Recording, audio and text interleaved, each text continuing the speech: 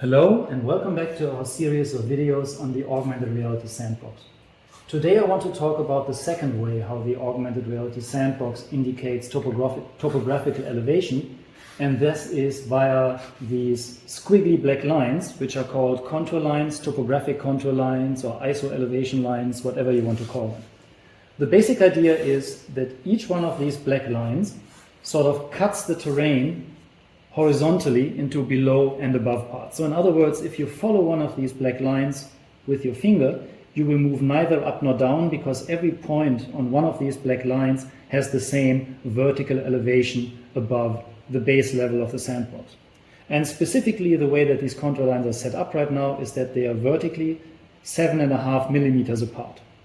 That can also be changed via the command line to the main sandbox application, but because 7.5 millimeters is a really good default, I'm not going to show you how to change that. So the basic idea is that these contour lines work alongside and augment the way that the elevation is indicated via terrain coloring. And we can turn off the contour lines, which will make the sandbox look completely different, in my opinion. It's just going to turn this rather well delineated map into just a blob of different colors, and I think it looks so much better if you turn it back on. But these contour lines are also have an educational component by themselves, because it really ties working with the AR sandbox into the ability to read a topographic map. Obviously, topographic maps are two-dimensional, so we cannot directly indicate the elevation. And as I already mentioned, just using elevation coloring like topo maps do is not a great way of really getting a good idea what the elevations are, because it is so smooth and gradually varying. But the contour lines really go a long way in figuring out exactly where you are.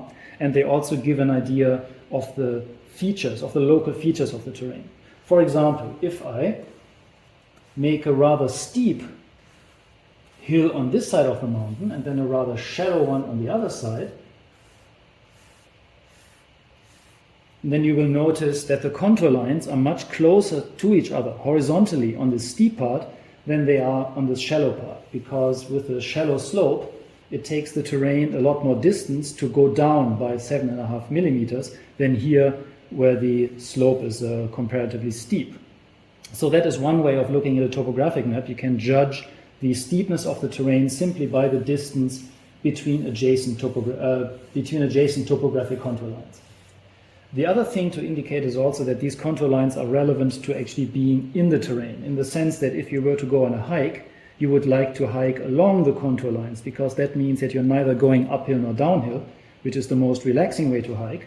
But if you're an alpine skier, for example, then you would want to find the quickest way downhill, which happens to be exactly at a right angle to each of those contour lines. So in other words, the contour lines also predict the way how water would flow over terrain, in the sense that water always flows at a right angle to the contour lines. So just by looking at this hill without actually putting water on it, I can predict where a drop of water from this point here would go, because it would follow, cross this line at a right angle, cross this line at a right angle, make a little turn here, and then end up in this basin down here. So in other words, contour lines are quite important to read a 2D topographic map, which is why they are included in the AR sandbox to create this connection between printed topographic maps and what real terrain looks like in a 3D world. Thank you for watching, and see you in the next video in the series.